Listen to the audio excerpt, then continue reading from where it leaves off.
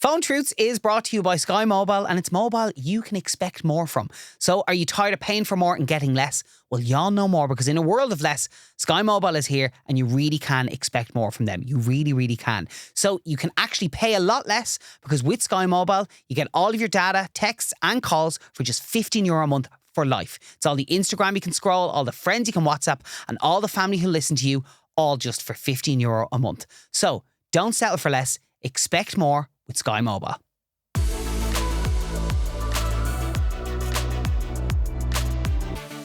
How's it going, friends? Welcome back to another episode of Phone Truths, the podcast where we find out more about the lives of our guests through the prism of their mobile phone. Now, today's guest, I don't want to put too much emphasis on this, but to put an awful lot of emphasis on it, there's someone who, they're kind of etched in the brains of the Irish culture, and there's someone who accidentally wrote our alternative national anthem. Today's guest is Mark McCabe. Well, Mark McCabe, you are very welcome to Phone Truths. Thank you so much for joining me. My absolute pleasure. This is kind of weird, so I'm going to give people a bit of insight into the fact that we're actually mates. Yeah. And like, we've known each other for a long time. And I'll give a bit more background in a second. But the first time I ever met you was we were working together. You were kind of my boss. But I worked with you for about a year and a half before I realised you were Mark McCabe of Maniac 2000 fame. Oh, really? Did you not know this? No. So I worked for you for about a year and a half, because I know other Mark McCabes. It's not like such an unusual name that you're like, the first time you meet a Mark McCabe, you're thinking, is this Maniac 2000 Mark McCabe? So I worked with you for about a year and a half. And then I remember came up in conversation with someone, and I remember being like, you're taking the piss out of me. They're like, no, it's Mark McCabe of Maniac 2000 fame. Then I looked up the album sleeve, or the single sleeve. And there I was. And there you were. So you were a fanboy even though you didn't know I didn't that I was that guy? Oh, the first thing I did was text all the lads to be like, holy shit, wait till you hear who I've been working with for the last year and a half. Yeah. Do you know why I think I was so confused? Because I'm not that guy. Maniac 2000 is so iconic. I almost had forgotten it was only an Irish thing. If that makes sense. Yeah, it absolutely does. People say that to me all the time, because they don't, like, when they meet me, they go, you're Irish. Yeah. It's like, yeah. Yeah. It's like, I thought you were American, or you were from Europe or something. Yeah. And where do you live? It's like, Dublin. And they're like, what? It's like, hello. Yeah, it is. It's I'm mental. this German guy who had a big hit in Ireland with Maniac 2000. We happened to record it. The Dobbs love it. Yeah. I'm like the opposite to David Hasselhoff. You know? Exactly. Well, we ended up becoming great mates then. We did. To the point where you were one of my groomsmen at our wedding. That's right. Yeah. So, like, I mean, you played a very important part in my career. That was probably the reason why, apart from us being mates, I had a couple of lads who I had as groomsmen who I'd known for years, as like, you know, since we were kids. Yeah. But then you were the first person to ever put me on air. Yeah. So that was the reason I was like, Mark, I want to make sure he's part of the wedding, because you kind of unlocked the door to allow me to do what I do today by being the first person to put me on air on 2XM. Look at you now. And listen, well, look where it's gone. But you were also really good. You always you would give me honest advice and feedback. And I know even after this, I'll get a phone call and like, so listen, the format of the podcast, I think we could change So the only thing that's really jarring with me at this point is that you've, like, when we work together, like, you have improved your style. Definitely your on-screen persona has got better and your style has got better, but you used to wear the most awful clothing. Oh, and you used to wear this purple shirt, which was pretty much the same colour as a wheelie bin. And we put the two of you side by side. And it was hard to tell which was which. Oh my God. But you still got this purple. What is it with the purple? Love purple. You're still trying to get it in there. That is, oh jeez. I was appalling in terms of how I dress. So we've gotten a little bit better. You have got better. Then, in terms of us working together in the office, you were also the person who taught me about, like, having the crack and taking the piss out of people. Yeah. You were the king at that. Pretty good at it, all right? Oh, Jesus. Like, it starts off with small things. I remember for April Fool's Day, you painstakingly took all of the keys off my keyboard and work. Yeah. And do you know where it normally says QWERTY? Yeah. You changed that to say April. Yeah. And I was typing stuff and I was like, what the hell is wrong here? Yeah. But then it really, like, it got bad. We got the battery bank. The battery all bank. The recycled batteries, took them all out and lined them up one by one, all over your desk. Probably 500-600 of them. You wrapped all of my possessions in work in tin foil. We did that. Paper. Do you remember Shanahan's on the Green? That was one of my favourites. That was absolutely one of my favourites. So for context, we were meeting up for lunch. Yeah. That was the idea. And I was like... On April Fool's Day, let me remind you as well. But there was no talk of that. It was just, how are you fixed this Friday? Which happened to be April Fool's Day. And I was like, sure, let's push it out. Let's go to Shannon's. Yeah. You know, that's a nice little steakery on the Green. We'd helped you out with something. Myself and Adam, another fellow we worked with, we'd helped you out with something. So you were like, I want to bring you out for lunch. Yeah. So I'll see you in Shannon's at 1:30. The lads rock up to Shannon's inside. We're here for lunch. We have a booking. There was someone with like a fur coat, like sitting there, you know, having their steak. Yeah. And then I remember saying like, no, how's sorry, it going? You're not. And I won't say your actual name, but like Mark McCabe is like your stage name. Yeah. You know what I mean? Yeah. So I was saying, Mark McCabe, like the booking's under his name. They're like, no, nothing here. And then I went, I know what it is. It must be his real name. So I gave your real name. And then still no reaction. And then Adam, who I was with, went, Carl, what day is it? And in fairness, Adam had the presence of mind to say, don't react, he's watching. Yeah. And the two of us turned around. He was outside the window, absolutely pissing himself laughing. Yeah, it was a good one. Now, we're going to get into the phone stuff in a minute. And I'm excited to talk to you because you're a proper...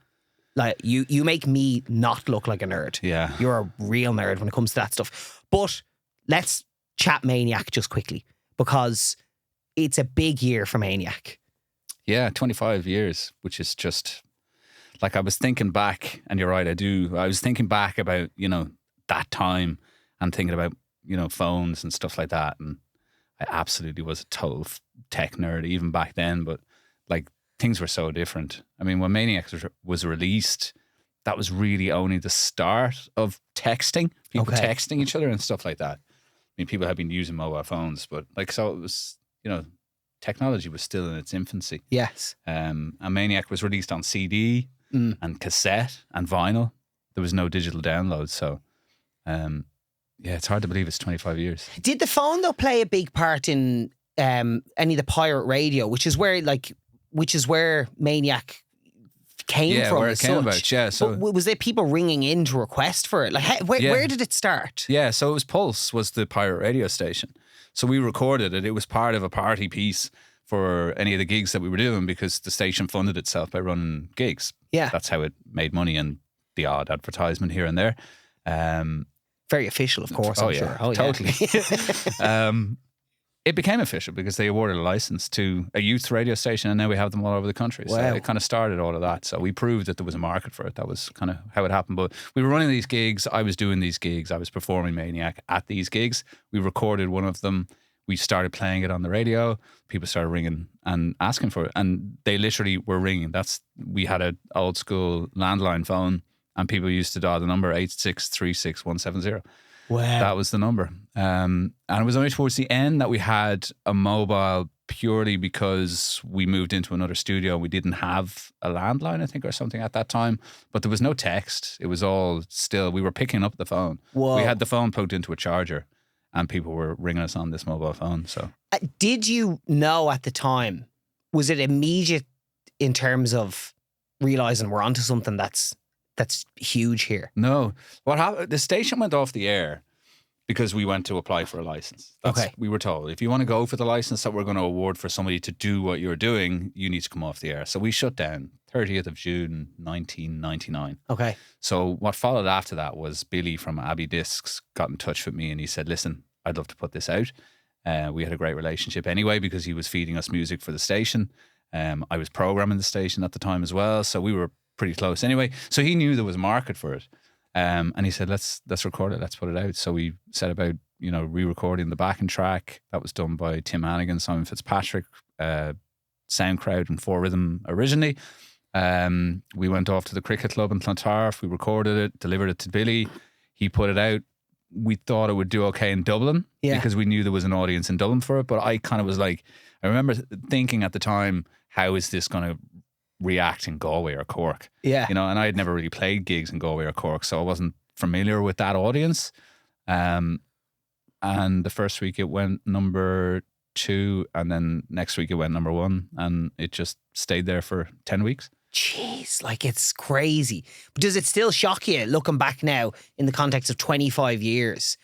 The fact that it's still culturally so significant. Yeah. Because that obviously was never the plan. No.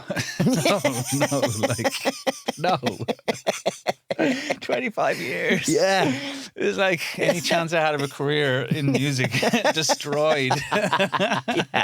Well, actually, that is important for people to realise, because Maniac 2000 was just its own thing. Yeah.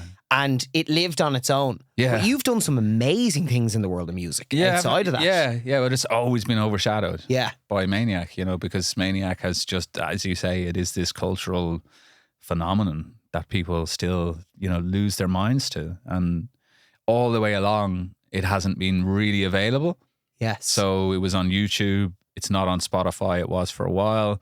Hasn't been, and people have just sought it out and found it, and it's always been kept as this underground thing that still managed to become, you know, what people refer to as the unofficial national anthem, which is just crazy. Yeah.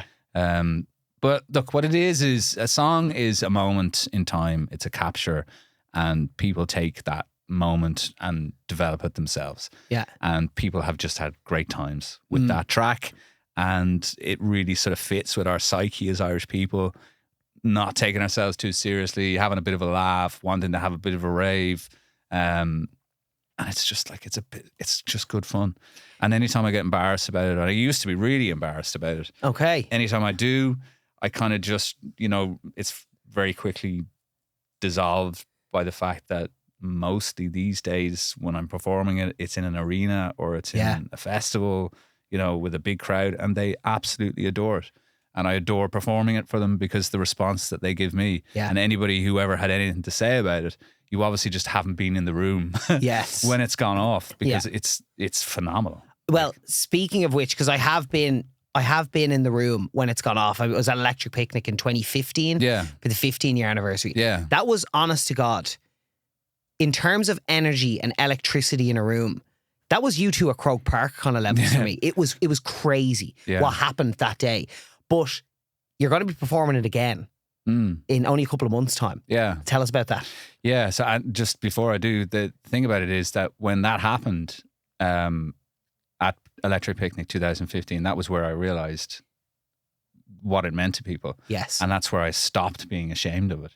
And everything for me changed after that night, because I travelled all over the world, you know, DJing, performing it, and have been doing it ever since. And every time I go and I do a show, that was always the benchmark. And I always worried that I'd be like, oh, that was amazing. And then I'd be like, okay, now it's getting awkward. Oh, this is weird. Yeah. It's not the same, but it's not.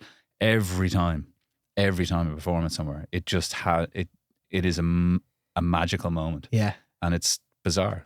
It's bizarre. But yes. It gives people so much joy. That's what I think. I think it's so linked back to joy, honestly. Yeah. There's so many joyous occasions I can remember with my own friends in the kitchen, pre-drinking before you go out, on the night out, weddings. Yeah. It always ties back to like joyous occasions, and Maniac 2000 being part of it. Yeah. Yeah. It's bizarre. So, but 25th anniversary, the 16th of March, we're in the 3 Arena. The Paddy's weekend. Paddy's weekend as well. Gotta be outrageous. We have a little bit of a sprinkling of Bewitched just to keep that Irish magic. But I've done the 3 Arena a few times for various different things. This is my own show, so I wanted the lineup to be something that I felt reflected the vibe and the theme of what Maniac is. So with me, I've got Safra, Cascada, Entrance, Snap, who have never played here as far as I'm aware, certainly in the last 10 or 15 years. Wow. Alice DJ, Better Off Alone. Pretty Green Eyes is by Ultrabeat. Ultrabeat, yeah. So yeah, it's like a really solid lineup, and it's just going to be amazing because I wanted to do this for so long. Yeah. And now this is kind of, I've always been part of shows. I've never done my own show. Yeah. And I've always had a vision for how I would like it to be and how I would like the performance and the production and everything to be. Yeah. So like we're going all out. Well, that's the thing. And I know you, like, you know, when you say there's people who don't do things by halves, you will not do something unless it's perfect. I'm going to owe money after this. Yeah. Because I'm going to spend so much on explosions and confetti and glitter. Oh, and, wow. you know. Okay. It's going to be unbelievable. Yeah, I'm looking forward to it. No, honestly, and like it is the truth though about Maniac. I'm so glad to hear that your perspective has shifted on it because it has given so many people so much joy. And there's actually one little bit of Maniac 2000 trivia that I love that you gave me an insight into, which I never knew, which is to do with the lyrics. Because everyone thinks it goes 5, 4, 3, 2, 1, take this house to that maximum. Can you please explain to everyone that's incorrect? It is. Yeah, there was a little flip on the word 5. Yeah. So we went vibes. 4, 3, 2, 1. Yeah, there you go. yeah. Look at you. I'm impressed by that. You're like, oh, whatever. Yeah. And then the other one is people think she's a crack. And it was never that. She'll attack. She's a maniac. She's a maniac. Yeah, but people used to think it was she's a crack. She's a crack. She's a crack. So, but it's I love the people talk about the lyric and you know the life it has no meaning line, and they've sort of taken it apart and dissected it, you know, and been philosophical about it, which is just like. I mean, it's just total nonsense. Yeah. It's just literally noise. It's saying things for the sake of saying things that kind of rhyme. I just have to get a line that works. Yeah. It's like, okay. No, because originally what happened with the track was there were a few people doing raps on it. Okay. And Al Gibbs was one of those people. He's another DJ from Dublin. And he had a version. And it was that version that I sort of first got to know and I sort of took over from Al. Yeah. As in he went the underground club route, whereas I was doing the sort of commercial stuff. Yeah. So I was being asked to do this and being driven to perform it. And I had a sort of rough sort of outline of a lyric from Al, but everybody was adding their own little bits, like the Oogie Oogie bit or the Rocket bit. So it was built from a few different sort of variations of it. And it was just that we recorded it one night. And that's the version that stuck. Wow. So up until that point, it was always sort of changing and being something else, but it just got stuck with that version. That was literally one version captured in time, and that's what we know now. Yeah. Crap, I'm up. After thinking I didn't put a parking ticket on the car. Oh, shit. So I get clamped, you're paying for it. Do that now. Do it now. I can't. Why? I've no app. Here, you can do it on the website. This is definitely staying in the episode, by the way. Go on. Just the cover from where are you parked? Herbert Park. Yeah, it's red. The zone is red. Here, I'll be able to do it here. Now, wouldn't it be hilarious if I got stung with having to pay for your parking and you already had been clamped in the interim? So now we've both been stung. Yeah, hopefully not. Yeah. What I wanted to ask you was as well, I'd say there's going to be a lot of people listening to this being like, geez, he's really different from what I would expect Maniac 2000 Mark to sound like. Yeah. But you completely change as a person. I've seen you go on stage. It's like someone flicks a switch and it's a different person in the room. Yeah, I guess. Yeah, I don't know. Just because you have to get into the she's a maniac. Like, you can't and that's the thing that gets tricky. Like it's actually a workout. Like it's a performance to actually sort of pull it off because it's so bad that you have to be fully committed to it in order for it to work. If you that's the key to making something work. Is just commit to it. It doesn't matter what you're doing. Yeah. As long as you commit to it, you'll get away with it because it'll seem like it's right. If you're kind of half-arsed about it, yes, people don't believe it. Yeah. Whereas if you're looking at somebody and they're making it believable, it works. Yeah. And the energy of that track, it demands this performance. So I could never alter it over the years and do the kind of, hey, she walked across the desk for that night. Like a Barry, what's his name? Manilow. Barry Manilow version of Maniac. It's not going to work. You did experience an acoustic rendition one day in a studio. I played it for you. Oh, on the piano. On the piano. You're very, very good on the piano. Yes. Thank you. I do remember that. So it was beautiful. Yeah, but it takes it. Yeah, I mean, look, when you're on stage, you have to perform. Yeah, and you have to bring the energy, and the energy that you put out is what you're going to get back. Amazing. So that's kind of the rule of thumb for it. Well, I'm so glad we've had 25 years of Maniac 2000, and here's to 25 more. Unbelievable. I can't wait to see you as an alpha, like in a Zimmer frame, performing that up there. Not going to happen. We'll see. We'll wait and see. We're not far off the end.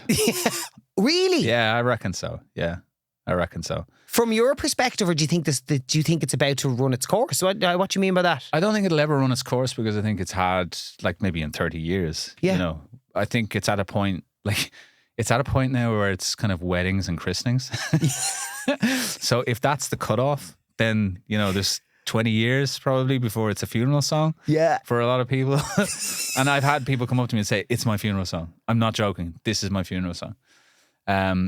But I would hate to still just to be doing it without the enthusiasm that I've kept up until now. Yeah. Like it will get to a point where I'll go, you know what? It's time. And it may be at a gig where I go, you'll just know. You know, yeah, like we're done. But I mean, it's not there yet.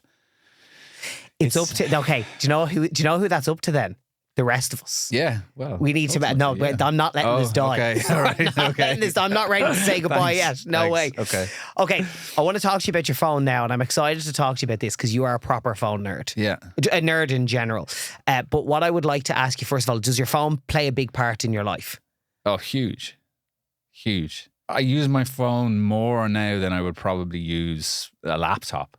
Okay. Being honest with you. I mean, there's certain things that I would obviously like any studio work would be done on a laptop. But everything else, like transferring files, social, downloading music, listening to music, communication, everything is through the phone. It's way easier. And I'm really offended by your phone case. Why? Because it's horrible. I was like, just to describe it to anyone, it is this horrible see-through yellow, and then this blue like 30 years old thing, and I've actually you're gonna wince at this. Look, I've smashed the whole back of it as well. Yeah, you put it down on the side of the bath and took the soap thing with it or something. So Mark is someone who you've been on an iPhone since I remember you. Yeah, since I remember us ever meeting, and I was on an Android for a long time, for years. You were like, get off that, get yourself onto an iPhone. Yep. Eventually I came across to the dark side.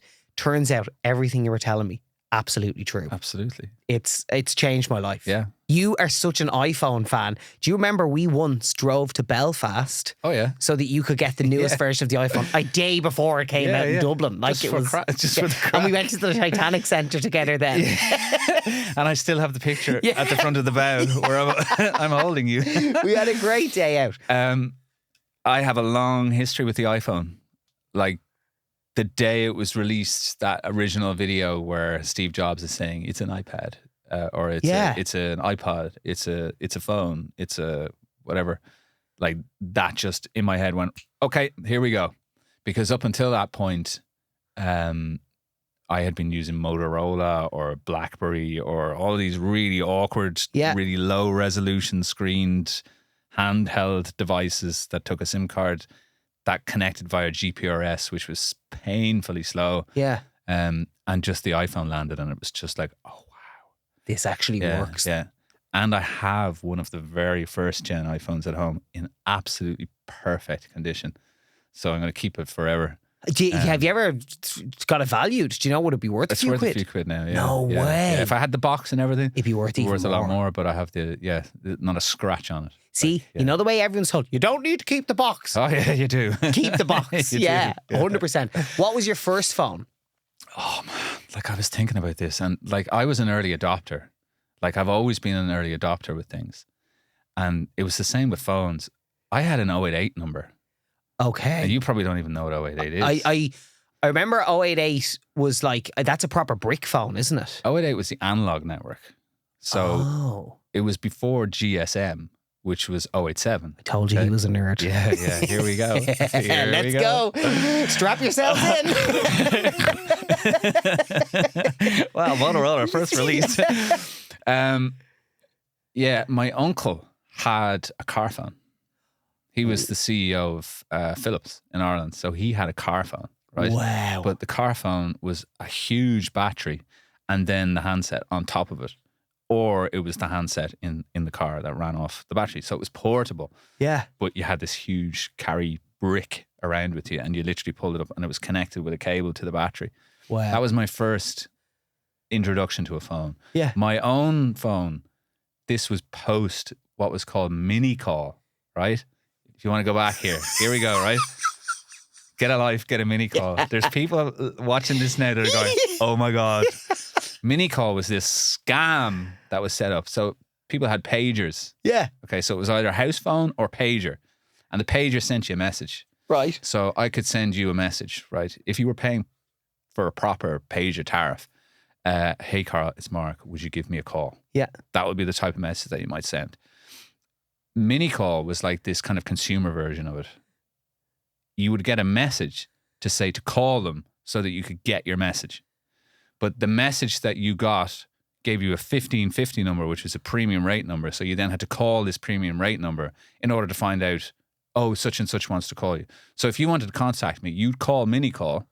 They would send me a message, a page, and I would then have to call them back on a premium rate number to find out what you said. Whoa. Crazy. That is It was mental. like €152 per message. Some of the things, when you look back that we used to pay for, do you remember people used to pay like stupid money to ring dial-a-ring to get a ringtone? Yeah. It was crazy, like what we were up to. But it was, you forget like how technologically at the time this was incredible. Yeah, well, like what you just said there is the future that was inconceivable at the time when Mini Call was around. Like, so it went from Mini Call, which was a pager, to an 088 phone, which I had to get my dad to sign up for. Whoa. Because I wasn't 18, and that was the way you did it. And the first phone I had was an NEC P3.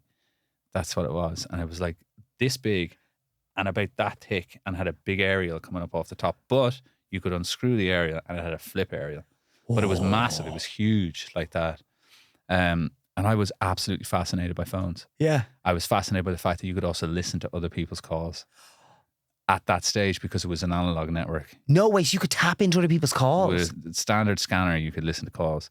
And when I tell you, the hours wasted. No way. Wasted on a scanner listening to people's calls. Like people having affairs, just like all sorts of just juicy gossip. But it was like, oh. And you'd start to get to realize, because it was always like your locality. Yeah. So if you go, like we used to go to Wexford. Start putting two and two together then. Start figuring out who it was. And then the odd time you'd be like, oh my God, that's Jack. No way. That is. So this was before it was all encrypted. And before GDPR. Yeah, and all that. Yeah. So yeah, it was a wild world out there, the analog network. So 088, yeah. So NEC P3. And I got so fascinated with phones, I started to figure out how can I, because you couldn't just really go and buy a phone in the way that you can now. Yeah. You had to know somebody or know some way of getting one, especially if it was like a new phone or something kind of cool, you know? So I started to push phones on other people in order to feed my habit. Your side hustle. My side hustle. So I had all my friends hooked up with, it was a handset called a Maxon handset. And it was like, again, huge, big, massive buttons on it.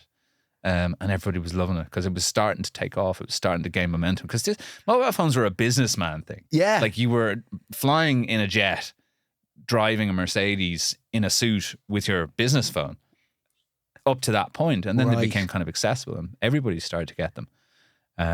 And I started to push them on my frids. I knew you were a nerd. I did not know it went to this kind of level. That's incredible. We can go deeper.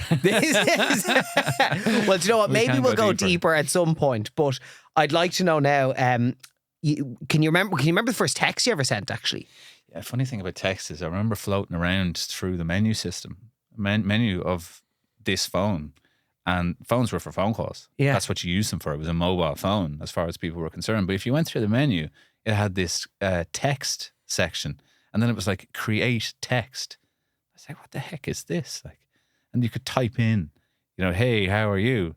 And then it was like send, and then who you send it to. And I remember doing this and then sending it to somebody and then being like, what the heck's this? Like, wow, you know, yeah, crazy. Because people only used it for phones. Yeah. So kind of adopted the text. That's mental Lifestyle very early as well. Okay, here's a nice nerdy question for you. Someone who was an early adopter, now we are where we are today. What's something you think our phones are going to be able to do in a few years' time? Look at the nerd clogs going. Yeah. The swiping. Yeah. I think that might start to disappear if they get the eye tracking set up right. Because to be able to like swipe with your eyes. Yeah, so you can do it already. With the latest iOS 18, you can actually do it. Well, I haven't updated mine yet. Yeah, so if you go in, they're in accessibility. There's a menu for eye tracking. But it's not great. And it could be like, risky. Let's just say you might be looking at something and you're going, wow. Okay, and then all of a sudden, send to what? Oh, Jesus. Shit. Yeah. Mum. Oh, God. That was... so I think that, because it's an awful inconvenience to have to sit there scrolling and this, and it's not good for your thumb, and your bone structure. And in fairness, like when you're looking at the phone, nothing changes. We're always going to have to look at our phones, unless it becomes an implant.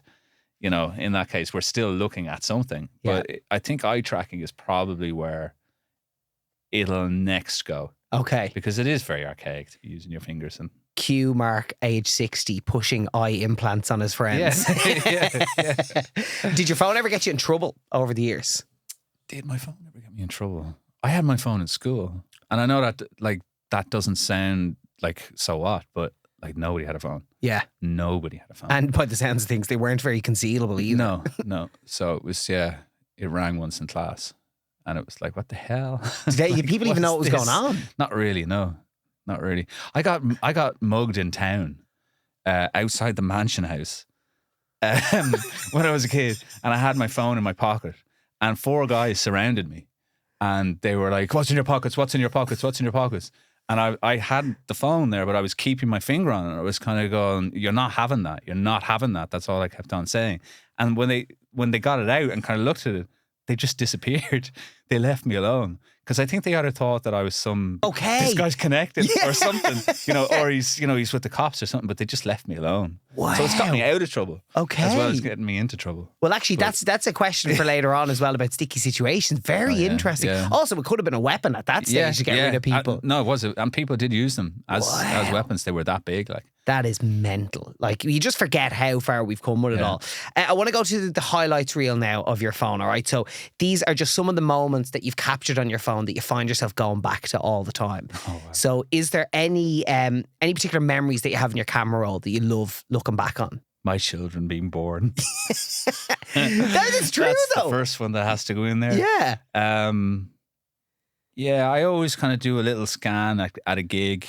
Okay. Just from my POV from where I am. I like kind of looking back at those. I love putting filters on my kids as well and taking the piss out of them. Yeah. That's one of my favorite sort of pastimes. My dog. Ah, yes. That is sadly no longer with me. Bo, only recently Bo, as well. recently Yeah. enough as well, yeah. Isn't it nice though? Like, say with the likes of Bo, right? Where you have that now. Whereas like before phones, we never would have had those moments to look back on. You might have had a couple of little still photographs that would have been kept in a box. Yeah. Because it's in your hand now and you can kind of always just look it up. And I'm sure your phone probably pushes memories to you and you're like, oh God, there was this day we had with Bo, or whoever it might be. Yeah. We never really appreciate a picture until, long after it's been taken. Mm. And I think, like, when you think about it, when I was growing up, if I wanted to send you a picture, the process to do that literally involves taking the picture, bringing the camera or the film to a shop, having them develop it. If you were lucky, 1 hour photo would do it for you. Yeah. But normally it was 2 days or 3 days. You'd then go back, collect the picture, put it in an envelope, put it in the post, and mail it to you. Yeah. So the reality of it was, if I took a picture of you, it would take you 2 days, 3 days to get to see it. Yeah, crazy. Whereas now it's literally seconds, Yeah. So it's the process and what the phone allows us to do and the quality that it gives us in the process. It's just phenomenal. It is.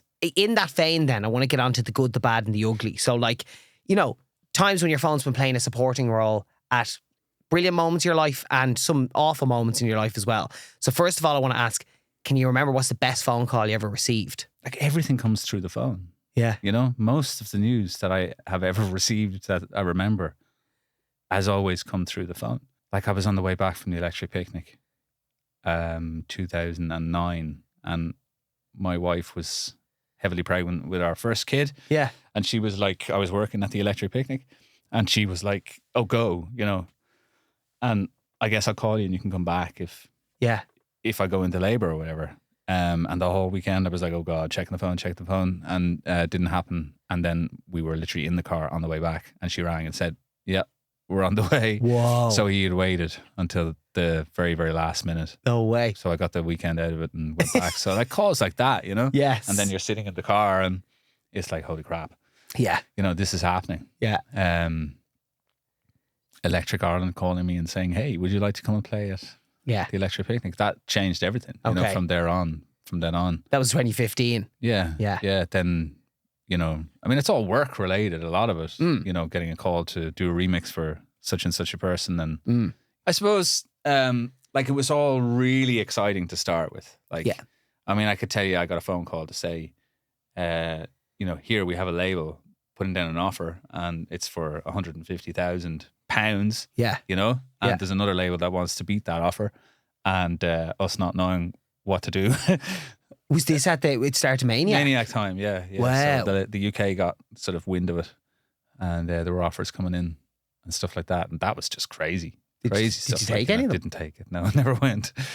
Yeah, it kind of all fell apart from there. So way. yeah. Okay. So what do you think? Do you think it would have changed the trajectory of everything for you? I don't know, because it's got its own following in the UK, in places like Liverpool, Manchester, Glasgow, that type of... With a lot of expats? No, with them, because they're just as crazy as us. Wow. So when you go up north in the UK, you get a very similar sort of Celtic connection. Yeah. You know? And they like the same kind of music, like Artemisia Beats and Pieces is a huge tune up in Glasgow and places like that, but also here. Okay. So we're quite similar. And a lot of the Irish acts like Belters Only do really well in Manchester and Liverpool and places like that. But interesting. Wouldn't necessarily do down south. Yeah. You know, in London. So they have that. And probably just people going back and forth and stuff like that. Yeah. There is a kind of a cult following over there. I was told to go to Glasgow especially. Okay. Because they're like, you know, oh, you should just, you know. So we'll see next year with the track what happens. Okay. Or for the 25th. We'll see what happens if it maybe goes back out. So in short, you probably would have been a millionaire had you accepted that offer. Yeah, let's probably. be honest. Yeah. An audience 60 times the size of ours. Yes. Yeah. But has your phone ever gotten you in trouble? don't think so, actually. Yeah. Being honest, to be fair, no, but also to be fair as well, I think you'd be quite diligent with that stuff. You're pretty particular about everything. Yeah. So I can't even see how you would get yourself in that kind of a situation. No, like I've never sent anything to anybody or, you know, by mistake or that type of thing. I mean, maybe I've rung somebody, pocket dialed somebody and said something and not realised, but... Speaking of which, have you ever like had to make a really awkward phone call or received one? I'd imagine your industry has a lot of awkward phone calls. Yeah. Come on. Every time I get asked to do a gig. It's Oh, like, really? oh, God. Do Oh, God, because of the track? Or is it that you don't like talking money? Or what is it? I don't like talking money. I've got better at that. Okay. But I get a lot of offers to do shows that are just like, oh, please. Like, I just can't. I can't do this.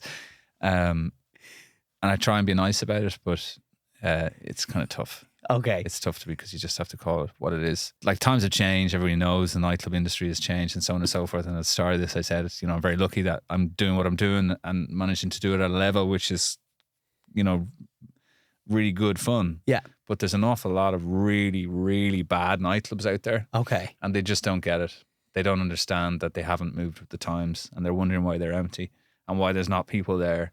And it's not because they're not bringing people like me into play. It's because they're just not looking after their customers week in, week out. Right. You know, so I get the call to go and play X nightclub and it's like, I just can't do this. Okay. And I'm blessed that I can now say it's not for me. Yeah. Whereas before I kind of was like, oh God, okay, I'll go and do this. But I hated it. Yes. I really hated it, you know. So, Have you ever received a phone call that really made your stomach drop? Oh yeah. Okay. Yeah. I dropped my dad to have a stent put in. What would be the word? Routine procedure. Yeah. And I just had this feeling. That something was, it just didn't feel right about the whole thing. Even when I picked him up, I was delayed, so I was late. So when I picked him up, he was a little bit sort of, oh God, we're late now, Okay. So I dropped him at the hospital, and then a couple of hours later, I got a call to say that it hadn't gone as they had expected. And I just knew. I was sitting in RTE Really? at my desk in work, and I just knew at that point. I was like, this isn't good.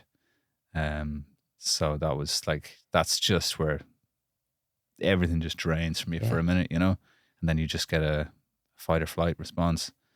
And do you want to know the rest of the story? I do know the context rest. But suppose for everything else. He had when they do a stent, they put it in through your groin. They find a vein, and they go through, and they push a little tube, and they push that through in order to sort of clear off the blocked artery.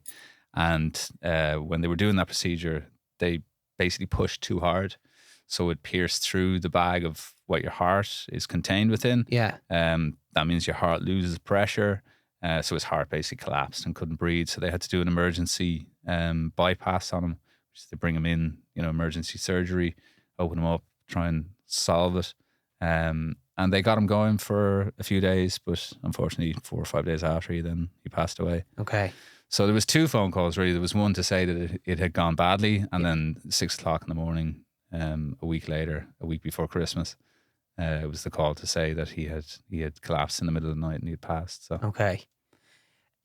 Did that, because I've had people before where they've received news like that and it kind of lived with them afterwards. Obviously, news like that lives with you. But in terms of when the phone rings, it's nearly like you associate the phone ringing with the bringing of bad news. yeah. Did you have any of that? Yeah, because it was kind of like that week from the time where he had the procedure to when he actually passed away, it was like up and down. Okay. So he was getting better, and then it was getting worse, getting better, getting worse. And then he had kind of leveled off. So we were kind of like, oh, thank God, Okay. And yeah, I mean, even now there's probably a few things that I'm waiting for phone calls, that you're just, every time the phone rings and you see a name, you're kind of going, oh God, I hope this isn't what, and that's almost like, hello. Yeah. And you're like, Grant. Okay, yeah. There's a few lingering things in life. That stems back to your dad, really. Yeah. Probably. Yeah. Yeah. Well, that's just life. Yeah, yeah. You're always like, it's very rare somebody's going to call around to the house, knock on the door and say, hey, listen, I've got some bad news for you. It's always kind of going to be delivered on the phone. Yeah, it's funny. It's easier to remember the more tragic, harder, traumatic ones than it is to remember the good ones. Yes. The good phone calls that you've got. But like, it just goes to show you how embedded in our life, these devices are. They're part of everything now. Yeah, they really are, That's where the whole idea for this entire podcast came about, because it was like pretty much every situation now that you have revolves around the phone. So like it's everything and anything. Has your phone ever gotten you out of a sticky situation? You kind of half answered this earlier, but it's about the lads trying to rob the phone. Oh yeah. But has there ever been anything else? Well, I'm blessed with I'm blessed that I haven't really had the necessity for it, but like, this has got full impact protection and stuff like that, so it'll ring by itself. Like, the same with the watch. Like, so because I do mountain bike quite a bit and put myself in that risky, stupid situation. Well, you were in a cast for our wedding, if you remember. That's right. Yeah. Sleeve. Yeah. Snapped your wrist. Yeah. So, because you'd bike a lot on your own, wouldn't you? Yeah. The odd time I would go off and just sort of take it. I'd take it easy though. You're very conscious when you're alone. Okay. That the fact that you are alone, but it's good to know that you have that sort of facility there. If something did happen. If something did go happen, yeah. But look, everybody, like, did it get me out of a sticky situation? It's got me out of loads of awkward situations where it's just easier to sort of just go to the phone. Yeah. And be like, I'm real busy here on my phone. Like, I probably did it last week on the Lewis, where you're kind of like, Well, okay. Yeah. You're pretending you're busy. Yes. But you're not. You're just looking. We're almost finished now. A couple of little short, quick fire questions for you. Who's your most called person? Don't really ring people anymore. Interesting. That's okay. Like, there's I'm trying to make a conscious effort to ring people these days. Even on the way here, I rang 2 people because I was like, I haven't spoken to them. And I haven't spoken to that person in a long time. It's good to actually stop and talk to people because you can text forever, but it's good to actually go, hey, 100%. what's happening? You good? Even if it's 5 minutes, Who's the most famous person in your phone book? Here. I've got some mad numbers in my phone. Go on, you can share one of them. Here. Not the actual number, but who it is. Because even though as long as we know each other, you still tell me stories. And I'm like, what? You've lived a mental life. Yeah, is that impressive? Am I allowed to say? Of course you can. Yeah, I couldn't care less. Simon Cowell. Simon Cowell, yeah. Holy shit. Yeah. How, where did that, like... Had a chat with Simon Cowell when he was driving some open top. He was in LA. Whoa. Flying down the freeway, yeah. And you got his number? I had to ring him about something. That's crazy. Yeah. It's a story for another day. Okay. It obviously didn't come off, did it? What do you mean? Okay. What is the last photo you took on your phone? What's the story behind it? The last photo I took was of you. which I know is going to be used at some point where he'll send it to me being like, look at you, you absolute pain in the hole. Yeah.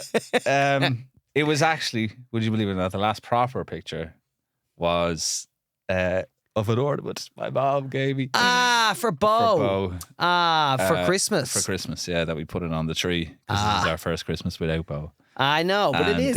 It's hard. I only understand it. And actually, funnily enough, and this will show you everyone like the kind of impact that you have on me. Like I trust your advice. And when I was getting a dog, I spoke to you a lot about what dog to get.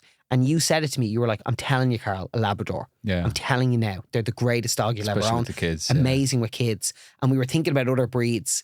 And then I kept thinking back to what you told me about Labradors. And we went with a Labrador. Yeah. Best thing we ever did. Last question I have, and we ask all of our guests.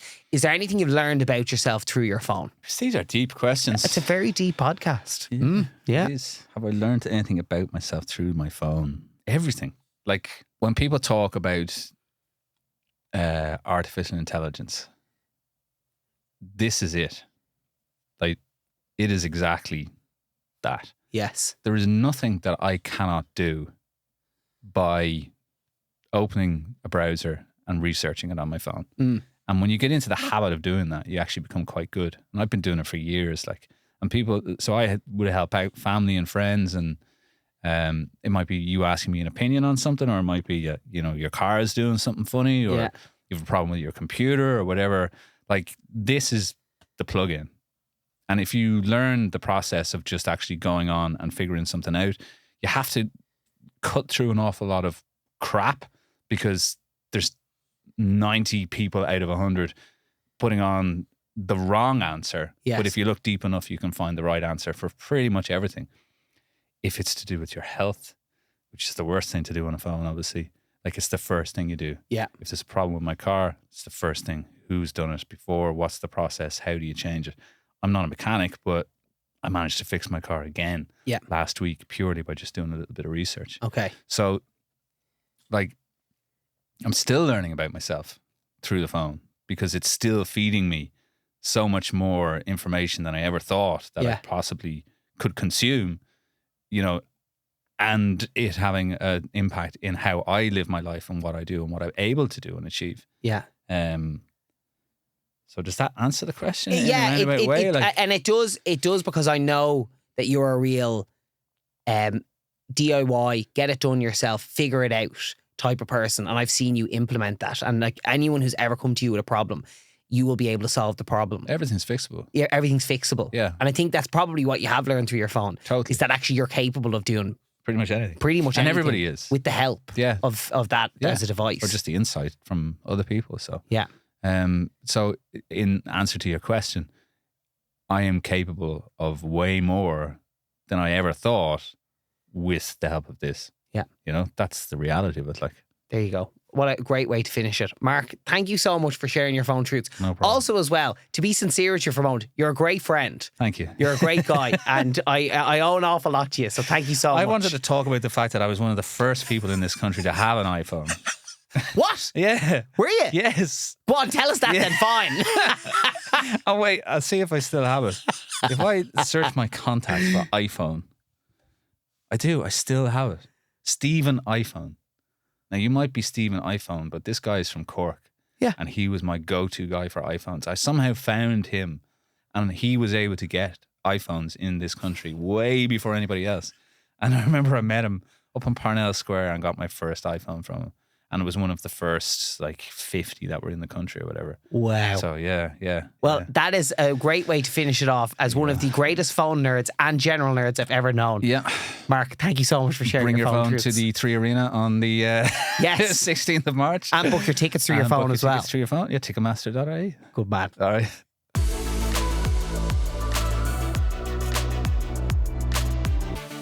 Phone Truths is brought to you by Sky Mobile, and it's mobile you can expect more from.